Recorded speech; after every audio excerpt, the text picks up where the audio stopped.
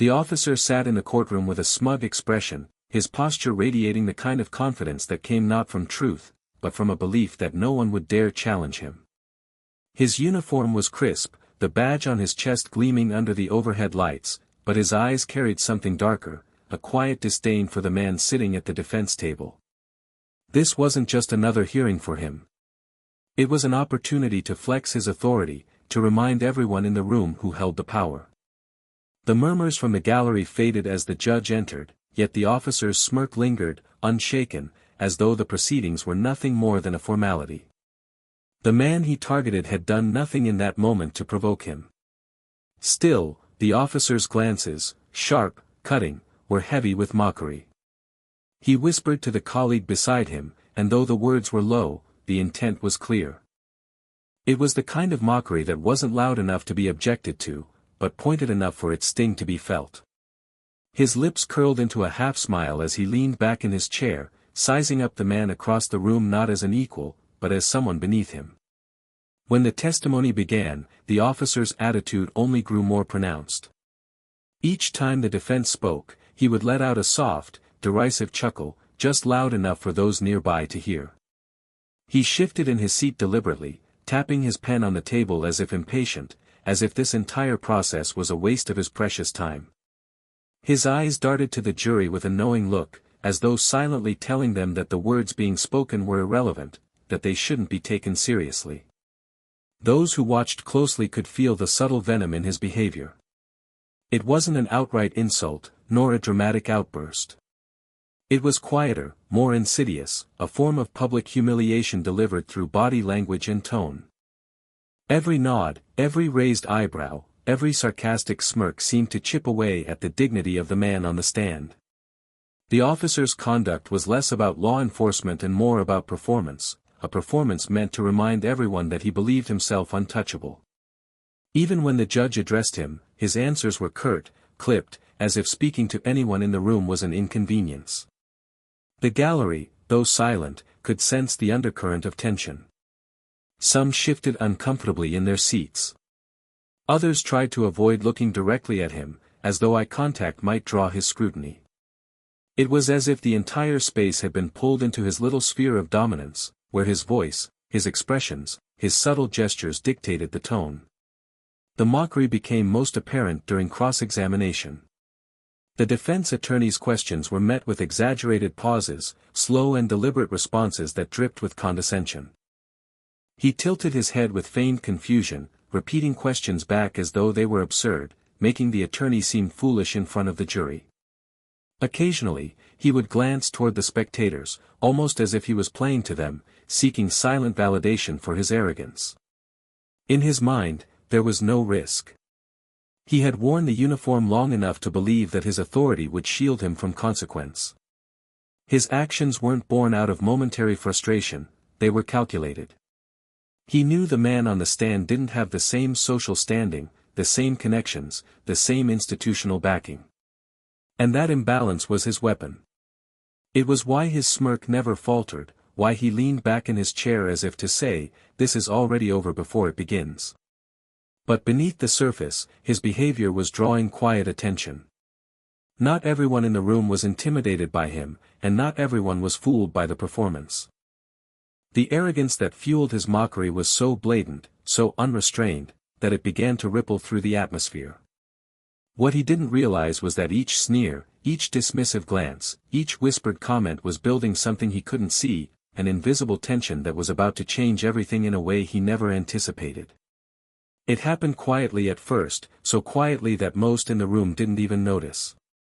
The sound of a chair shifting, a faint shuffle of footsteps against the polished floor, the soft but deliberate movement of someone rising from the back row. The man who stood was unassuming at a glance, no uniform, no flashy attire, no outward display of authority. Yet there was something in the way he carried himself that drew the eye. His shoulders were squared, his chin held at an angle that spoke of quiet confidence, and his gaze was fixed not on the judge or the attorneys, but directly on the officer whose smirk had been dominating the room all morning. The air shifted the moment he began to walk forward. There was no rush in his pace, no frantic energy, just a measured calm that seemed to command attention without demanding it. People in the gallery began to turn their heads, following him as he made his way down the aisle. Conversations that had been whispered under breath stopped mid-sentence, the silence spreading in waves as if everyone instinctively knew that something important was about to unfold. The defense attorney paused mid-question, sensing the change, while the judge's eyes narrowed slightly, curious but cautious. The officer noticed him too. At first, it was only a flicker of recognition, a slight tightening of the jaw, but it was there. His posture shifted subtly, and for the first time since the proceedings began, his smirk faltered, only for a moment, but enough for those paying attention to catch it. He straightened in his chair, trying to mask the reaction, but the man approaching didn't break eye contact. Every step he took seemed to strip away the officer's air of untouchable superiority, replacing it with something harder to hide. This wasn't just a witness arriving to give testimony. There was a presence about him, a weight in the room that didn't come from loud words or grand gestures, but from the quiet certainty of someone who knew more than they were letting on. He carried a folder under his arm, worn but neat, its contents hidden but seemingly important. In his other hand, he held nothing, no pen, no phone, nothing to fidget with, just a calm, steady grip that stayed at his side as he moved closer to the front. When he reached the witness stand, there was no hesitation in his steps. He didn't glance nervously at the judge or dart his eyes toward the jury. His focus remained solely on the officer, as though this entire appearance was meant for him and him alone. The clerk administered the oath, and the man's voice when he responded was even, steady, carrying just enough volume to reach every corner of the courtroom. It wasn't the voice of someone intimidated by the setting, it was the voice of someone who belonged here, who had walked into spaces like this before and had never once been shaken by them. The officer's fingers tapped lightly on the table, a barely noticeable rhythm at first, but one that betrayed a creeping restlessness. His eyes darted briefly toward his attorney, then back to the witness stand. The confident mask he had worn all morning seemed to be showing its first cracks. The man on the stand hadn't even begun his testimony, but his very presence seemed to be undoing the officer's carefully constructed performance. The questions began simply, establishing who the witness was and why he was there. His answers were direct, unembellished, and entirely free of hesitation. There were no theatrics, no exaggerated tones, just plain facts delivered with unwavering certainty. Each statement he made seemed to carry more weight than it should, as if the truth he spoke had been waiting for its moment to surface. The jury leaned in, their attention caught not by drama, but by the unshakable composure of someone who clearly knew exactly what he was talking about. Even without raising his voice, the witness commanded the room in a way the officer never could. His calmness wasn't arrogance, it was rooted in something deeper, something earned through experience and knowledge. Every time he glanced toward the officer, it was with an unspoken message, a quiet assurance that whatever the officer thought he had under control was about to slip from his grasp. The distance between them wasn't just physical, it was a chasm of truth, and the witness seemed entirely prepared to bridge it. The gallery, sensing the subtle shift, leaned forward in their seats.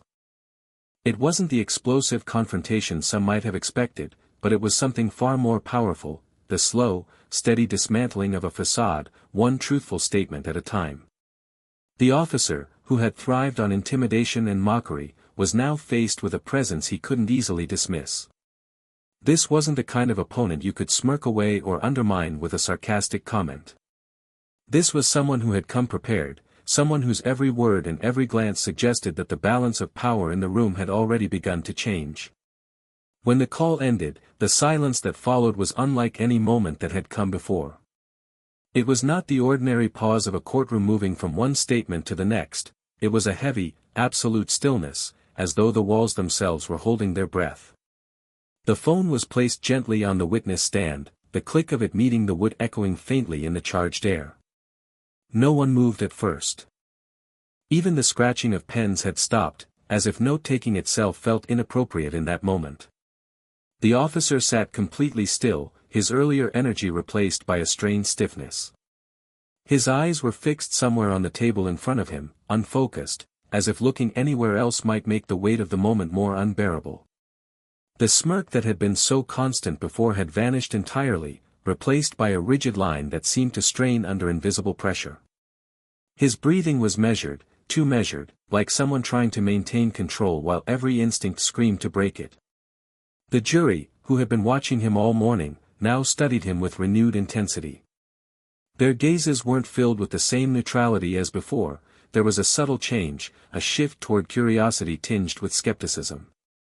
They had just heard a voice that carried authority and finality, a voice that left no space for doubt, and the contrast between that certainty and the officer's earlier bravado was impossible to ignore. The witness remained composed, his hands resting lightly on the edge of the stand. He said nothing further, letting the silence do its work. The power of that quiet was undeniable, it stretched across the room, wrapping around every person present, pressing down with an unspoken demand for reflection. No one rushed to fill it with words, and that absence only amplified its weight. The judge's expression was unreadable, but her eyes lingered on the officer a moment longer than necessary before shifting back to the defense. She gave a small nod for them to continue, but even her voice seemed softer, as if acknowledging that the energy in the room had shifted entirely. The defense attorney glanced briefly at the jury before returning their focus to the officer, their next question delivered with calm precision, designed not to provoke but to let the silence stretch just a little further.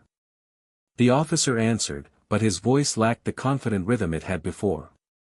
The words were quieter, slower, and though he kept his tone controlled, there was an edge to it now, a tightness that betrayed the strain beneath. He avoided meeting the witness's eyes, instead directing his attention toward the attorney, but even then his gaze wavered, flicking downward as if pulled away by something he couldn't ignore. In the gallery, the stillness remained, broken only by the faint sound of someone shifting in their seat or the soft rustle of fabric as people adjusted their posture.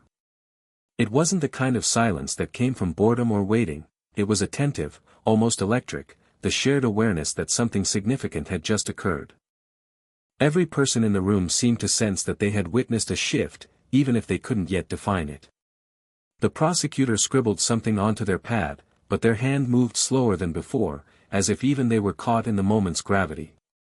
The bailiff, usually impassive, stood with a posture just slightly more rigid, eyes flicking between the officer and the witness as though gauging an invisible contest of wills. The witness continued to sit quietly, their composure unshaken, their presence still commanding without a single raised word. The lack of follow-up, the refusal to over-explain or press further, allowed the jury and everyone else to fill in the blanks for themselves. And in that space, the implications of the call replayed in their minds, its tone, its clarity, its absolute certainty, set against the officer's shrinking confidence. For the officer, the silence was more punishing than any cross-examination could have been.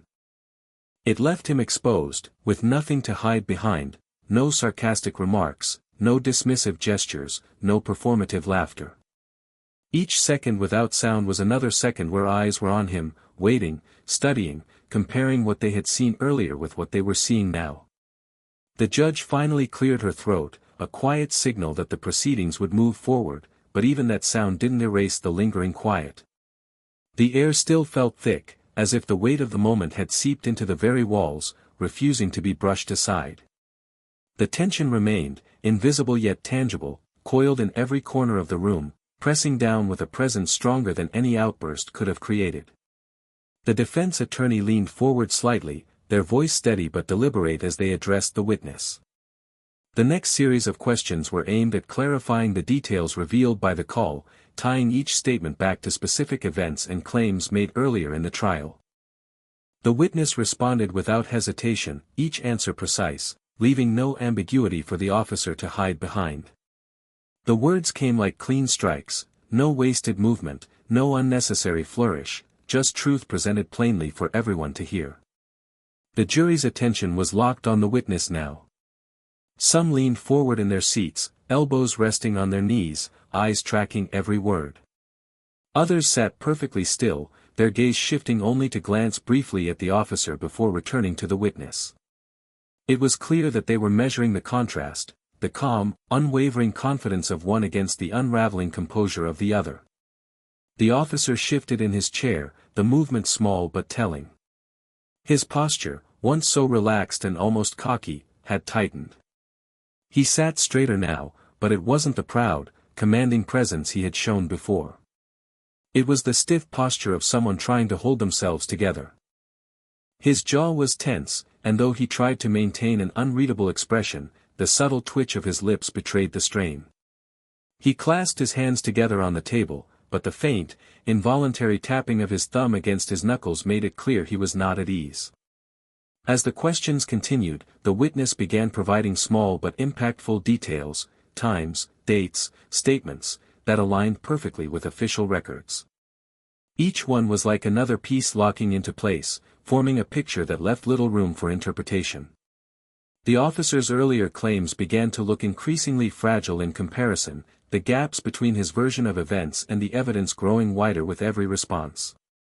The defense attorney's tone never rose, never pressed with aggression. Instead, they allowed the strength of the facts to do the work, asking only what was necessary to highlight the inconsistencies. The witness's voice remained steady, each word spoken with the quiet confidence of someone who knew they didn't need to convince anyone, the truth was enough on its own. By now, the atmosphere in the room had shifted again. The tension from earlier was still there, but it had taken on a different quality. It wasn't just about the shock of the phone call anymore, it was about the steady accumulation of facts that left no space for the officer to maneuver. The weight of those details was pressing in, not with sudden impact, but with the slow, undeniable force of something inevitable. The officer's attorney tried to redirect, raising objections where possible, but they were brief and unsuccessful. The judge overruled them with minimal hesitation, her tone firm, signaling that the line of questioning was both relevant and permissible. Each overruled objection seemed to chip away further at the officer's sense of control, narrowing his options with every passing moment. In the gallery, quiet murmurs began to ripple through the spectators during brief pauses in the questioning. They weren't loud enough to disrupt proceedings, but the subtle shifts in posture and the exchanged glances made it clear that people were connecting the dots. The story the officer had tried to construct was beginning to show its fractures, and those fractures were widening with every carefully delivered statement from the witness. The officer's breathing had changed, slightly deeper now, as if he were forcing himself to remain calm. His eyes moved between the defense attorney, the witness, and the jury, but never lingered too long on any one point. There was an almost restless energy in his movements now, a stark contrast to the composed stillness he had displayed earlier. The pen he had set down before was picked up again, twirled briefly in his fingers, and then placed back down, only for the cycle to repeat minutes later.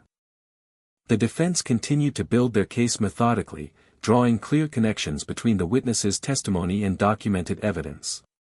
Each time a detail matched perfectly with a prior record, the jury members exchanged subtle glances with one another. It wasn't dramatic or theatrical, there were no gasps or visible shock, but the shift in their collective focus was undeniable. They were no longer simply listening, they were assessing, weighing, and reconsidering. Through it all, the witness maintained the same calm demeanor, answering without rushing, pausing only long enough to ensure clarity before continuing. There was no hint of hesitation, no sign of uncertainty, only the steady delivery of information that fit together seamlessly. Every sentence seemed to make the officer's position less defensible, the distance between what he had claimed and what was being proven growing wider with each exchange. The balance of the room had tilted. What had once been the officer's stage was no longer his.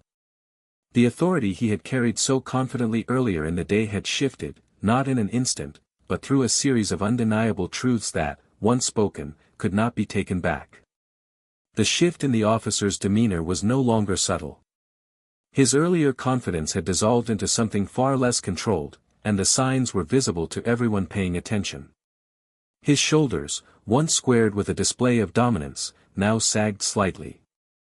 His gaze, which had met challenges head-on earlier in the day, darted away whenever the witness looked in his direction. He no longer appeared to be the man in control of the room, he looked like someone trying to find an escape that didn't exist. The defense attorney, sensing this unraveling, moved with deliberate precision. Each question was constructed to leave no opening for misdirection, drawing the officer's previous statements into direct conflict with the verified facts established by the witness and the phone call. The officer's responses grew shorter, clipped, as though he believed that saying less might limit the damage. But the very act of withholding detail only highlighted the contrast between his guarded tone and the openness of the testimony that had preceded him. The jury's focus remained sharp.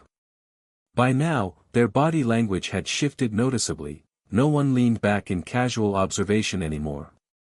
Many sat forward, hands clasped or pens poised, watching the officer's every movement. The tension in the room had transformed into a quiet scrutiny, the kind that left little room for performance. They were no longer merely hearing a case, they were watching a credibility collapse in real time. In the gallery, the atmosphere was thick with awareness. People who had been leaning casually in their seats earlier now sat upright, as if pulled by the weight of what they were witnessing. A few exchanged glances that spoke volumes without words, recognition that the image the officer had tried to project all morning had been dismantled piece by piece. Even those who had come expecting a straightforward proceeding could feel that they were seeing something far more significant unfold. The officer shifted again in his seat, the sound of his chair legs scraping faintly against the floor cutting through the quiet. He picked up his pen, twirled it once, then set it back down with more force than was necessary. His breathing was visible now, shallow but quick, a contrast to the measured control he had displayed before. The smirk that had been his constant shield earlier was nowhere to be found, replaced by a tightness in his expression that suggested he was fighting to keep his composure. The defense attorney didn't press for an emotional outburst, they didn't need to. The damage was unfolding without any need for theatrics. Instead, they continued to present small, precise points that reinforced the narrative already established by the witness. Each fact that was confirmed, each detail that aligned with documented evidence, seemed to pull another thread from whatever remained of the officer's credibility. The judge watched closely, her expression calm but her eyes tracking every exchange. She had not needed to intervene often, but the few times she did, it was with a tone that brooked no argument. When the officer attempted to deflect, her subtle reminders to answer directly carried weight, keeping him anchored in a narrowing space where his words could still be measured against the facts. The witness, still seated, maintained the same calm composure as before. He didn't interrupt, didn't interject, but his steady presence felt like a constant reminder of the truth that had already been laid bare. His earlier testimony, combined with the authority of the phone call, lingered in the air like an unshakable fact, making each attempt by the officer to sidestep feel even more strained. By now, the officer's earlier dominance had been replaced by something closer to resignation, though he tried not to let it show fully. His eyes no longer scanned the jury with the same unspoken confidence, instead, they moved quickly, as if searching for a sympathetic face. The confidence in his voice had flattened, losing the rhythm that had once carried an air of authority. Every small sound in the room seemed amplified, the faint scratch of a pen, the shifting of a chair, the slow turning of a page of notes. No one spoke unnecessarily. It was as if the collective focus had condensed entirely on the final unraveling of a man who had walked into the courtroom believing he could not be challenged. The questions from the defense continued with the same steady pace, never rushed, never emotional. Each one seemed to place another weight on the officer's shoulders, pulling him further from the image he had tried to maintain. The jury kept watching, absorbing every shift in tone, every change in body language. The gallery remained silent, the tension holding steady, the outcome feeling more inevitable with each passing exchange.